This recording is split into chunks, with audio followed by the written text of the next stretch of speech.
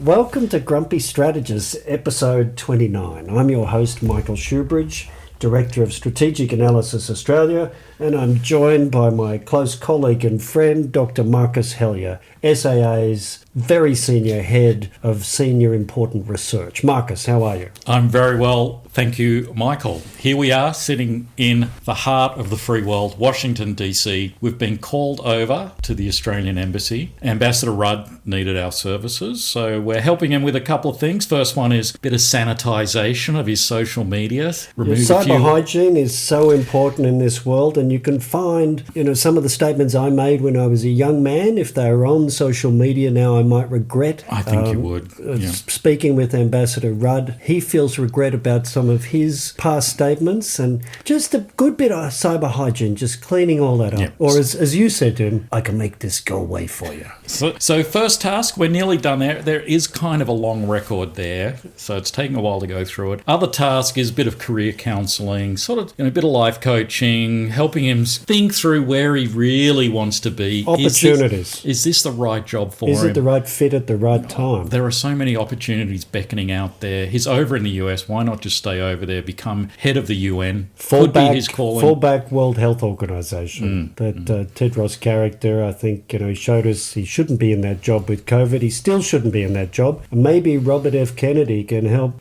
get Kevin Rudd the inside running on that one. The good thing about Kevin is he's always up for a challenge. He's never seen anything that he thought was too big for him. Well, look, I think there's an air of calmness, focus and purpose here in the embassy, and I'd like to congratulate people on that. All right. Well, busy agenda. Well, we've got about 5 things. We can't not talk about the US election outcome. We'll try and keep it brief. Talk about the strategic review as the core theological text that's now spawned volumes of subsidiary text, with one of them that we'll focus on, the new 2024 Defence Workforce Plan.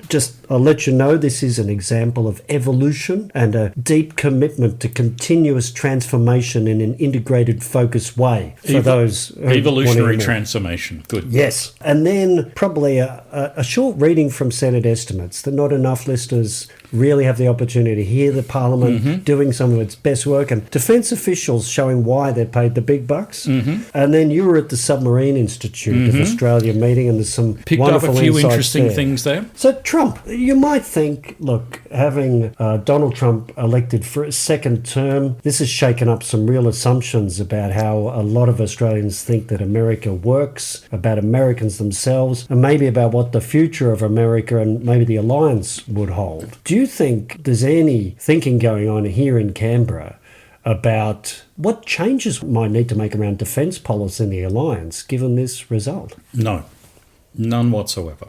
Trump hasn't changed anything? I don't think it'll change anything. I mean, we've already seen the Prime Minister approach Mr. Trump and say, stay on board with AUKUS. So if we cast our minds back, Michael, roughly 5-6 years ago when Donald Trump was president the first time around, we had this little burst of thinking in the broader strategic policy community here in Canberra about a plan B for the alliance. So not necessarily abandoning the alliance, but slightly different direction maybe, a rebalancing of reliance versus self-reliance. Yeah, the term self-reliance was coming back in vogue, wasn't it? Rather than we just buy everything out of the American catalogue and all the way with insert US President X here. Yeah, that went nowhere. It sort of flourished for a few months and then has gone nowhere. Actually, where we have gone is we have doubled down on the alliance. We have redoubled our commitment to the alliance and essentially our dependence on US technology, whether that's US technology we own or will call upon in time of crisis. Well, you're right. In fact, we haven't... AUKUS is the embodiment of that. Instead of a plan B, we've gone for a plan A squared. Or A double plus. A double plus good. Well, if plan A was good, this is going to be even better. So I don't see the Donald returning to the presidency fundamentally changing any thinking here in Canberra, which to me I think is a bit of a problem, because here's the problem. The Donald sees alliances as a total net imbuggerance. He doesn't see them as a benefit. He sees them as a cost. He sees the US subsidising alliances. So all of the US's alliance partners will, I think, have to lift their game. The problem is you can never know how much is enough. So let's say you increase defence spending from 2 to 2.5 or to 3%. Is that enough to win and keep the Donald's affections? You can never know. I think it's a bit like parenting. I always think with parenting, you're only as good as what you're doing next. Whatever you have done for your children up to this point is irrelevant. It's just what you do next. The Donald is like that. So if you go to him and say, hey, I'm spending 3% of my GDP on defence, he's not going to say, well done, that makes me so happy. He's going to say, I want 3.5%. Or something, there's a new demand, because the deal doesn't endure. The deal is a moment in time, and then the next moment in time, a new deal can be demanded. I think that's the problem. I've heard you say something like, we can't know Trump and his administration's terms or their demands. And even when we get them, they will not be final. No. On the good side, though, we are doing everything to show our love for the US. I was recently going through the top 30 projects in the portfolio budget statements, and basically, people have been, particularly in the Australian defence industry, saying, there's all this money, where's it going? Because it's not coming to us. Well, if you rank the top 30 projects, the US and handing money over to the US figures pretty heavily. So number one, SSN program, $2.2 billion. Well, that's pretty much all going to the US. And we've only just begun. Hunter is next. Well, UK, but a lot of the subsystems are US. Well, the Aegis part of it, yes, US so missiles. Pouring off. Number 3, maritime guided weapons and explosive ordnance. Well, most of that is US missiles. That's all US catalogue with a little bit of Kongsberg. Yeah, then we have Boxer CRV, number 4. Then 5 is Black Hawk. 6 is Redback, which is Korea. But then 7, Armoured Combat, which is M1 tanks. 8, Aegis Baseline, which is essentially upgrade to the US combat for system. The Hobarts, on not, the Hobarts. Not the Hunters, yeah. Then we have MH-60R Seahawk, off-the-shelf US purchase. Then there's Arafura OPV, not US, but then that. Number 11, Air Launch Multi-Domain Strike, bunch of US missiles. 12, F-35A. 13, Growler. 14, Apache. 15 is Triton.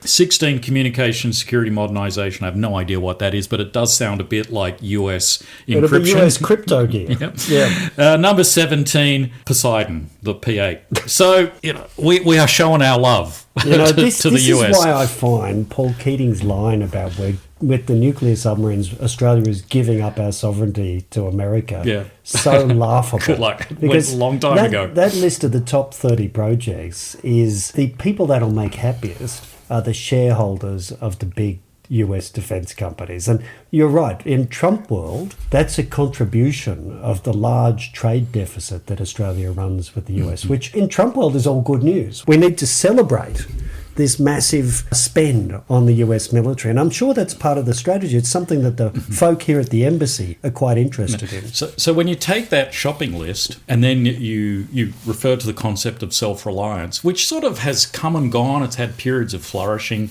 generally under Labor governments, but under this Labor government, it is completely missing in action. It's barely used in the national defence strategy. And it's not really used in the sense of, well, we need a self-reliant defence capability. There are certain things we need to be able to do. Gone completely. So that's why I say I don't think the return of the Donald will have any effect on Australian defence policy because we are so wedded to the US already. That was true before Trump was elected for his first term, and we have just gone further and further into that cave since that time. In fact, we're so far into the cave of US dependency and defence, we can't even see daylight from the cave opening anymore. No, and you hear it when senior defence officials speak. They can't imagine what a self-reliant Australian defence policy would look like. The number of times you hear the term, we will never fight alone, i.e. we will always be this little add-on to the US. Well, that probably brings us to the main theological text of the Albanese government on defence, which of course, it's been given iconic status inside the halls of Russell offices. I don't know whether there are formal readings of it at various meetings, but there are recitals of it now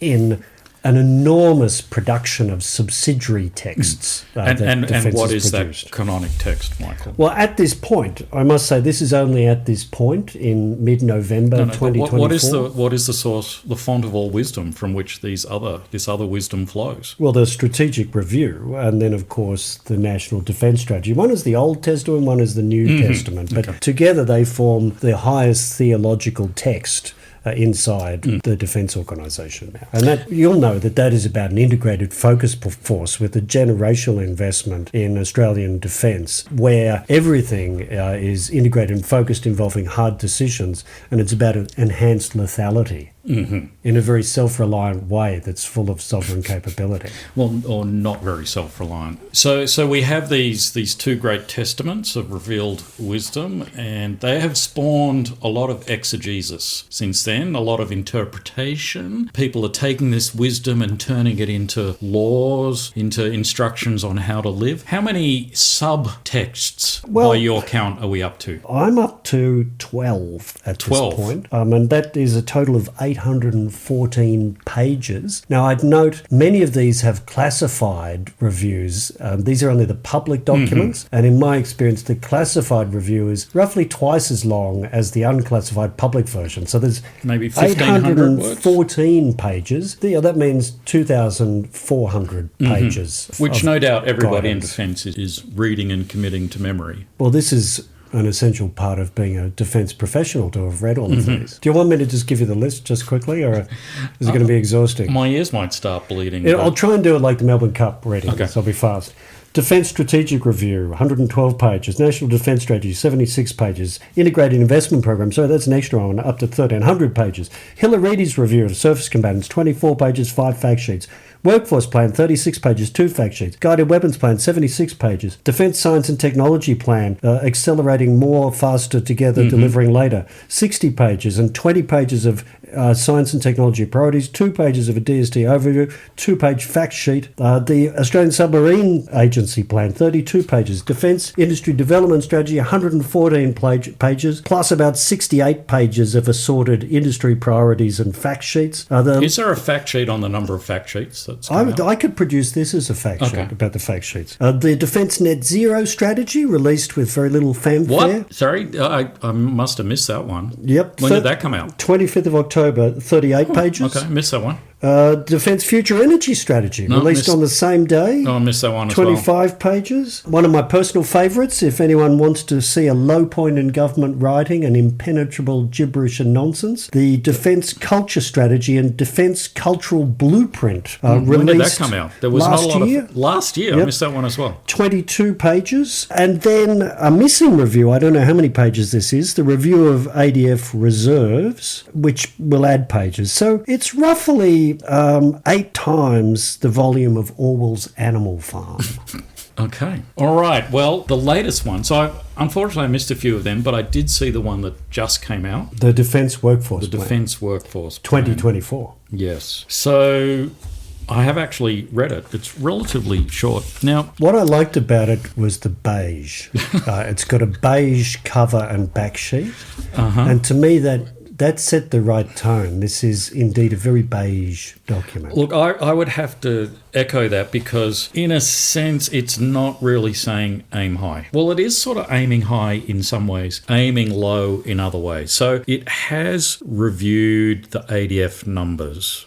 And it's reviewed them down. It's reviewed them down. Hang on. I thought if you reviewed the ADF numbers, you'd find that the ADF was thousands of people short on the planned growth it's meant to have had over 8 years. You'd need to find a way to really catch up fast. But are you telling me they've reduced their future targets? We have revised the target down. So it's come down by about 4,700 this year. Which is remarkably similar to the number they failed to recruit over the last 8 years that they were meant to recruit, isn't it?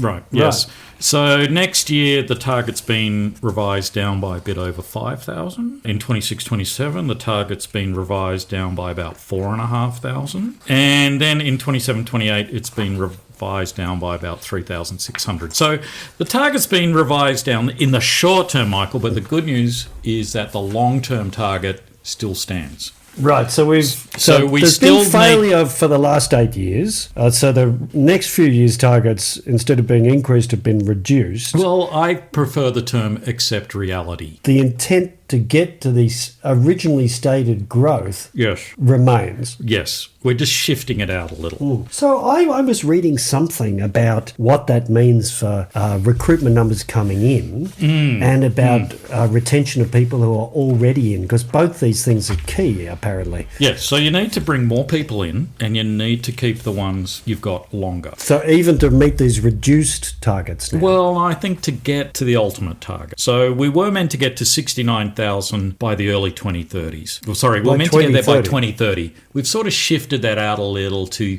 the early 2030s. So that target's moved. A little bit of beiging up of the target. And the overall numbers for the ADF at some point, maybe around about 2040, are meant to get to about 80,000. So at the moment, we're about 58,000. We need to get to 80,000. So we need roughly 35% growth. Ooh. So the trick to getting there, as you noticed, is we need to get more people in and then we need to hang on to them. It's a lot longer. more people, though, isn't it? Because I'm looking at a reading from page 10, paragraph 2.6 of the Defence Workforce Plan. Of this latest piece of scripture. Yes, of this subsidiary Yes. document. So we need to increase the inflow from approximately 5,500 per annum to 9,000. So using my little back of the fag packet calculator, that's 64% growth. So we actually need to increase inflow by 64%.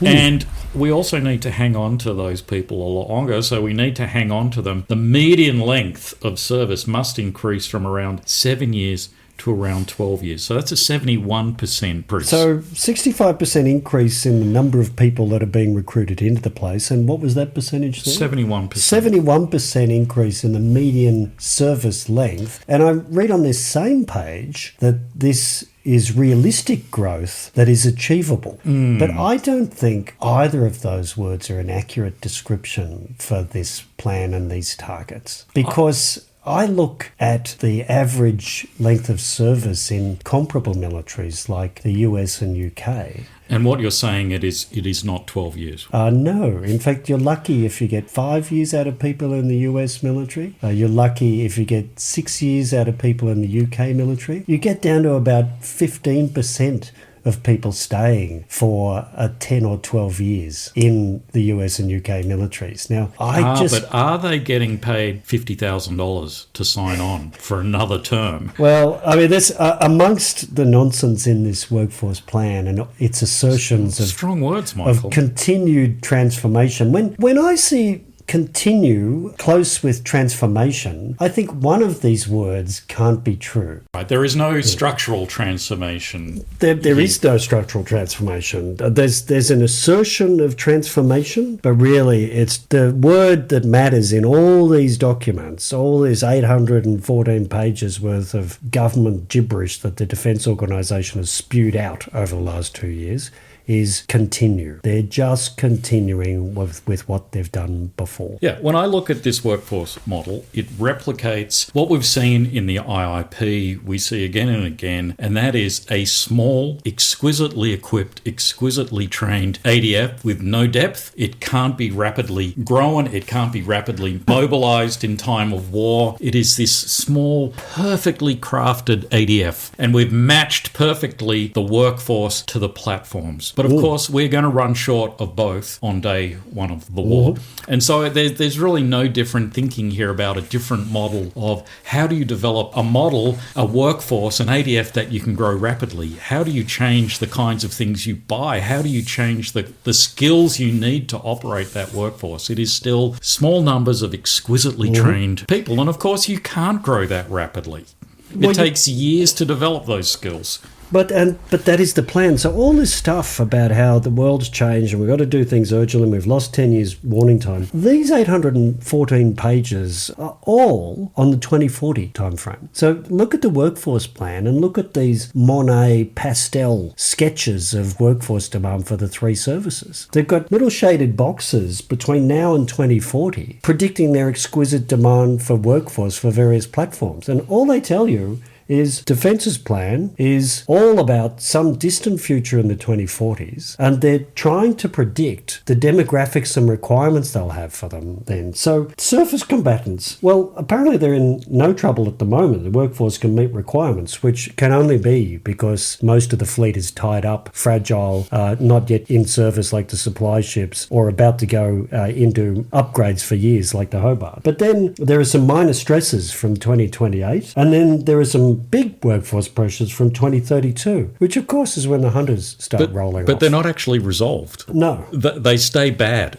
all throughout the 2030s. Workforce pressure is then sustained ad infinitum for the Navy's surface fleet. And it's the same across the board. Although the good news is, on their unmanned undersea workforce, they see some minor demands between now and 2030, and after that it's a total job done. So what you're saying is, even though we've got this new workforce plan, it doesn't actually, in Defence's own assessment, resolve the Navy's workforce crisis in submarines and surface combatants. No, it's two core lines of warfighting. It just tells us the trouble is going to get much worse. And the Air Force one is really interesting. It's in sky blue and various pastel shades of sky blue. And it just tells us they've got emerging pressures across the board. So it doesn't actually seem to be a great plan if it doesn't actually resolve the workforce problems. And to the extent it does resolve them, it's based upon some rather ambitious thinking around achievable inflows and achievable retention. Well, despite the words, it is not realistic and it is not achievable. All they've done is kick the ball down the road where they say they won't have remediated, which is even matching inflows to outflows, until sometime around 2026. So it's bought the senior leadership some more time to say they're still looking for green shoots of change.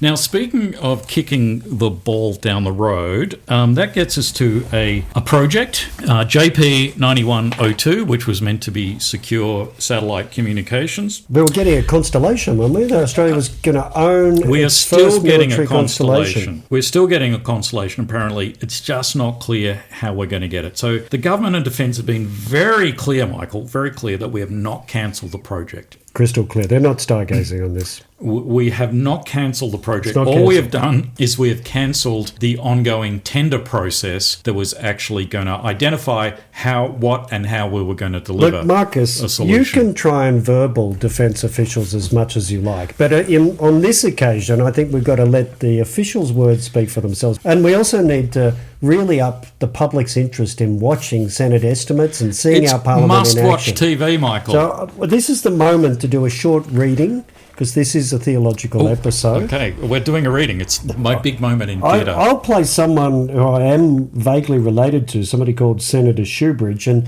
you can be various defence officials. Do you know him? I've met him. You've met him? Okay. You can be various defence I'll officials. be various defence officials, yes. But I think I'll outrank you. I'm a senator. You're only a lieutenant general or an air marshal. Excuse me, I have 3 stars. In space, that might mean something. Let's get into this. So this is page 62 from Wednesday last week, 6th November. Okay. Senator Shoebridge, could I just go back to the satellite? This is a micro US subs disaster, isn't it? Do I have the time frame right? The decision was made to acquire the satellite in 2021. Is that when it started, Secretary? Is that when the first decision was made? If you can't answer, maybe someone who's more familiar with it can answer. I'm generic official. The government's first pass approval was in June 2020.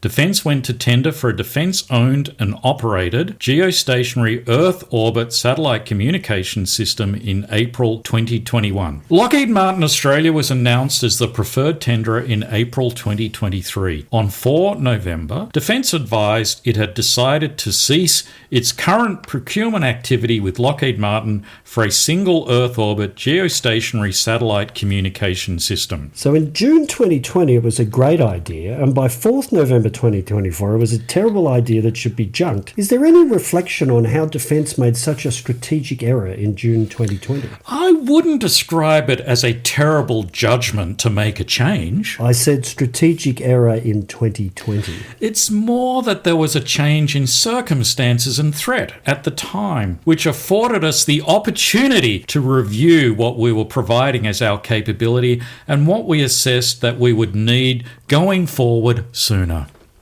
But you confirmed that part of the enhanced space capabilities would be the delivery of sovereign-controlled Australian defence satellite communications as recently as in the Integrated Investment Program. You put $9 billion to $12 billion in for the project. So was it still the right idea at the time of the Integrated Investment Program? Yes, but there was a change in language. The Integrated Investment Program uses the term sovereign control, which means that we have assured access to space services. So this is redefining sovereign. It went from being sovereign to now sovereign control. So it's owned by someone else, but we may have a contract? As my colleague said, when we first went to market, we went with the view it would be sovereign owned and operated. So now it will be someone else's and we may have a contract? It may potentially be. We're yet to go through the process of understanding what future options might look like. It will be assured satellite services for the Australian Defence Force. Any poor small to medium enterprise that was investing in this in Australia, thinking that actually there was still something of substance here, should have, I don't know, read the tea leaves and realised that by going from sovereign owned to sovereign controlled, you were cancelling a $7 billion project. They should have read the tea leaves, should they? No. Defence acknowledged the cessation of this procurement activity and the impact that it may have on defence industry in Australia, particularly for SMEs, as was described by my colleague. We will remain engaged with industry during the development of our future capability options, and options will exist for defence industry involvement going forward. It would be preemptive to determine just how much and to whom at this point in time. But you knew something was on when you put the Integrated Investment Program out because you changed the language. You must have known this was likely to be cancelled. You just told nobody. Australian companies continue to invest and put their money and resources in on the assumption that there was still something of substance here. You must have known something was happening when you put out the Integrated Investment Program. Otherwise, why change the language? The approach to every capability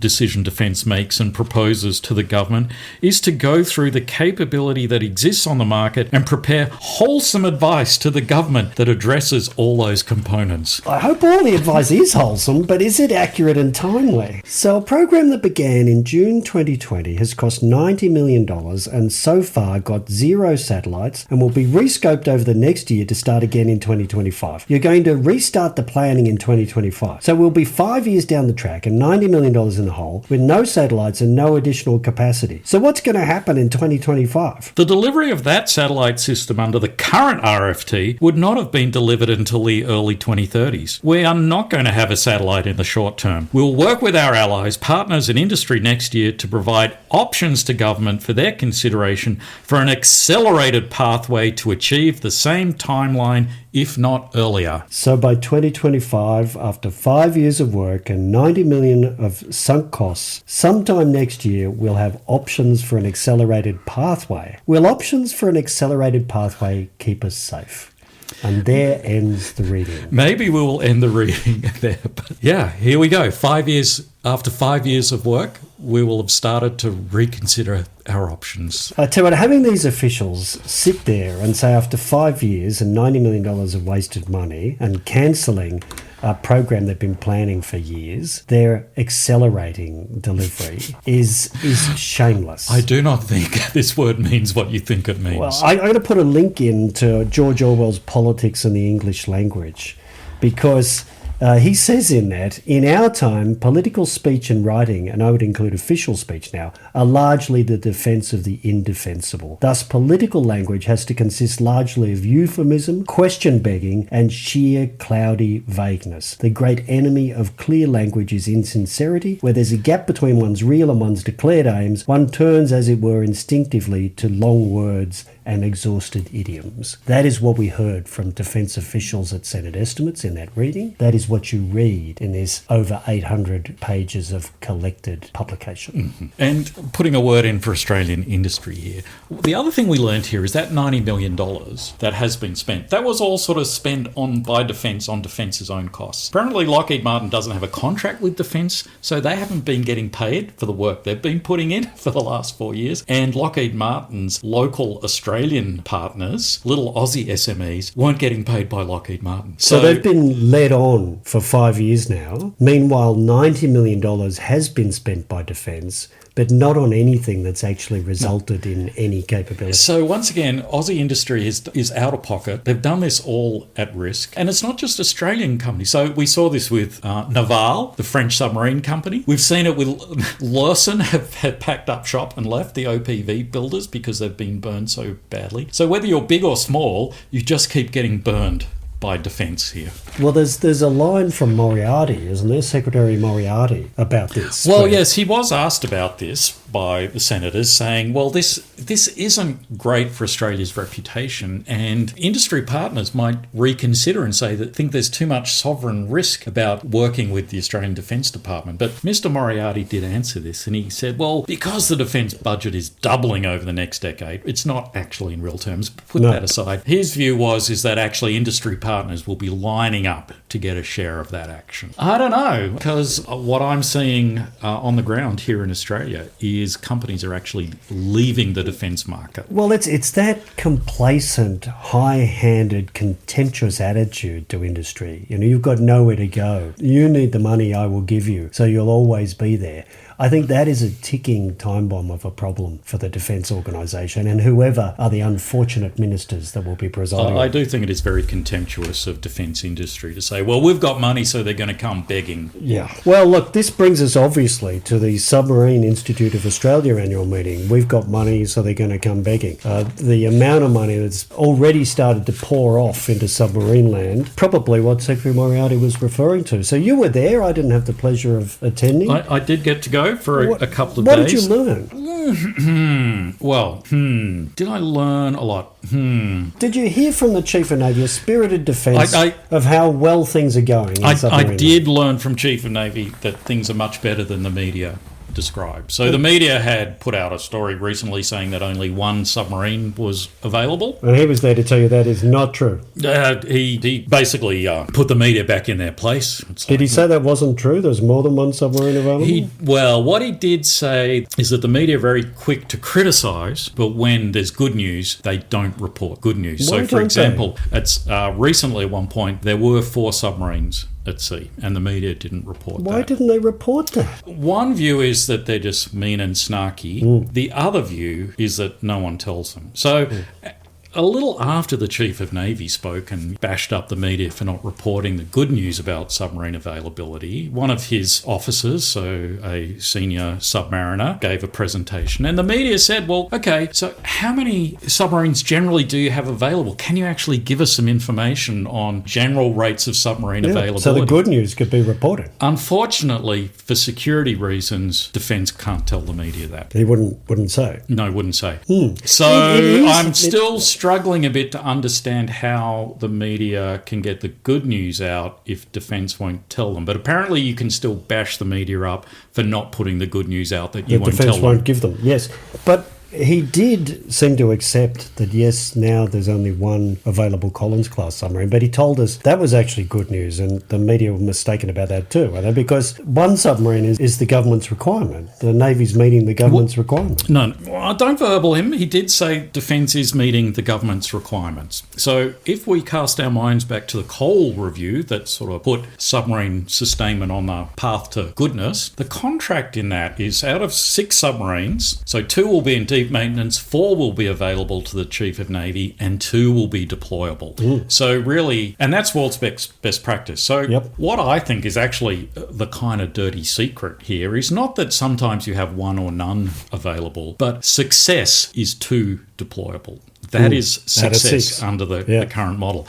And the Chief of Navy said, we are meeting the government's requirements for submarine capability. But if you zoom back a little bit, there's the point about when he says the government's requirements, he means the technical definition of availability that Defence offers up to the government and says, here's what we can do, so this is your requirement. They say, yes, that's right. How did you know? Yes. So you're always going to meet the requirement because you give them the requirement. But it is a completely circular definition. So if you get away from that self-licking ice cream and think, well, hang on, wasn't it 2009 that then Prime Minister Rudd, in a previous incarnation, incarnation, said actually Australia doesn't have enough submarines, we need 12 submarines. Yes. So back in 2009, Prime Minister Rudd said the world is getting more dangerous, we need more submarine capability. Every successive Australian government has agreed with both of those propositions. The world is getting more dangerous and we need more submarine capability. They may have changed the submarine solution, but they have agreed with those proposals. And in fact, just every time you see a piece of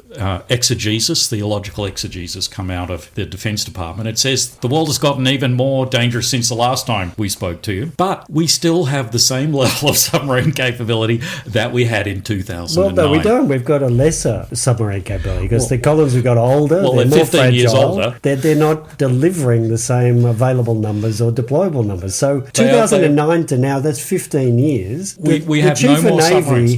It now is giving the government less than governments have said routinely, consistently, that they've wanted ever since 2009. Yes, by definition, the Collins fleet cannot give you the submarine capability we need because we have said repeatedly we need more submarine capability. All the Collins fleet can give you is what is actually able to give you. It is a completely circular definition. And that is shrinking, by the way. There was another great thing. I wasn't there. I really wish I had because I would have loved to have heard this from his mouth. But the Chief of Navy is reported to have said that he is the first head of Australia's nuclear navy.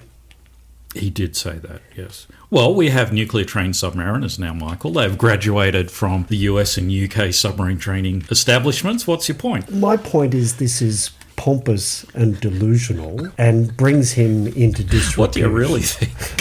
It's a decade from now, best case, that a Chief of Navy, an Australian Chief Navy, will be able to say, I've got one nuclear submarine. For the current Chief of Navy to declare himself Australia's first Chief of a nuclear navy. Just because we don't have a nuclear submarine, Michael. It's beyond absurd. And it probably, I was looking at this other document, I didn't include this in the 814 pages, the workplace experience of the Navy in April this year. So this is a workforce survey. Workforce survey. Yeah. And the service, well, there's one service with a worse and faster collapsing perception of its senior leadership, which is the Army. But the Navy, people in the Navy have an increasingly poor view of their senior leaders. They see them as less and less effective. In fact, 32% of the Navy, actual people in the Navy, feel that their senior leaders are effective. And that has dropped off since 2020. I'd say it was about 45%. Look at this graph back in 2020. It's now 32%. So that's a rather precipitous decline. decline. A third. Okay. And you'd have to say, with this delusional rhetoric out of people like the Chief of Navy, this could be why. Mm-hmm. You asked me what I learned at the SIA. I can say what I didn't learn, and that I'm still struggling around this issue of why SSNs in the first place, other than that they are betterer than conventional submarines. So there were a lot of presentations that talked about the need for submarines, and in fact, ComSubPac, the head of the US Navy's Pacific Submarine Force, actually quoted Kim Beazley to say why we needed submarines, and apparently Mr. Beazley said, no, without submarines there is no deterrence. But I'm still really struggling to kind of quite understand who we are trying to deter. And what are we trying to deter them from doing? So Australian officials refer to US Navy people about how essential submarines are for deterrence. US Navy officials then refer to former Australian ministers for defence about why submarines are essential. And then the whole perfect virtuous circle goes round again. Well, I suspect the US Admiral was doing this to sort of suggest that the US wasn't trying to shove submarines down our throat. No, we're doing that ourselves. So I still haven't quite gotten my head around that completely. There's this bit of sleight of hand in the logic always occurs. So there's this discussion about Australia's maritime trading nation. We're dependent on sea lanes of communication. Jump several links along the chain of logic. Ergo, we need SSNs without really any discussion of how submarines protect sea lanes of communication. But it's part of an integrated focus force. So, for example, isn't it true, I think you were mentioning this to me, that the US Navy has lost more ships to mines than submarines or any other form of weaponry? Yes, which would suggest we should we should invest heavily in our mine countermeasure fleet. Unfortunately, that's not the case. We're sort of deep into the process of abolishing it completely, as far as I can see. Yeah, the 6 mine hunters, we're now down to 2. I think we're down to 2, with no real replacement in the IIP. Yeah. But to get back to the argument for SSNs, there's sort of this vague association with sea lanes of communication. But then we jump over here to the work of theology, the DSR and the NDS, which says our national defence strategy is a strategy of deterrence by denial. And then we start doing maps of here's submarines defending our northern approaches without any real discussion of why SSNs and why couldn't you do that with, say, conventional submarines or B-21s or mines. And or how do you protect your mixed sea lanes if your enemy mines them with cheap volume mines? So I'm still struggling with the actual need in the first place. Well, look, I think you've just got to willing to be accept convinced, but I haven't heard it. Theology is about faith. So you need to accept that 8 nuclear submarines, getting them between now and 2054 is what Australia needs. It's the answer, and you need to stop looking for the question. Well, I did hear from a number of the senior speakers. There were ambassadors, there were high commissioners, there were senior defence people, and they did, again, lecture the media, saying it's the responsibility of media to make the case to the Australian public for why we need SSNs, which I'd be happy to do. I just haven't quite heard the case from defence in compelling terms. Well, look, we're out of time, but I think there's one other really great short statement that we need that I understand Deputy Prime Minister Richard Marles, who is also still the Defence Minister, I think, gave in a rousing call to people at the conference. I did learn something. I have learned that scrutiny is actually a good thing. And here are the Deputy Prime Minister's words. There needs to be a holding to account of government of people sitting in this chair. So a chair actually at a hotel in Canberra. But he was in the chair. Yeah, he was in the chair. I think he meant the chair that whatever chair he's sitting in. His chair. Yeah, his chair needs to be held to account constantly. This needs to be done with intelligence, clearly. But please bring that intelligence to the table. But it's such a big thing to do that, we need to know where balls have been dropped, where cracks are opening up. We need to know so that we're doing everything we can to pick them up again, to fill those cracks, to make sure that we can keep this thing on track. We are not going to get through this without intense scrutiny. So give it to us. Like, I genuinely mean that. With intelligence, but give it to us. Marcus, we'll end here. I just can't help saying how refreshing it is to hear Deputy Prime Minister Marles recognise he needs to pick up his balls and fill his cracks. It's a wonderful example, and I can't say it better than he said himself. Wonderful. We'll see you next time.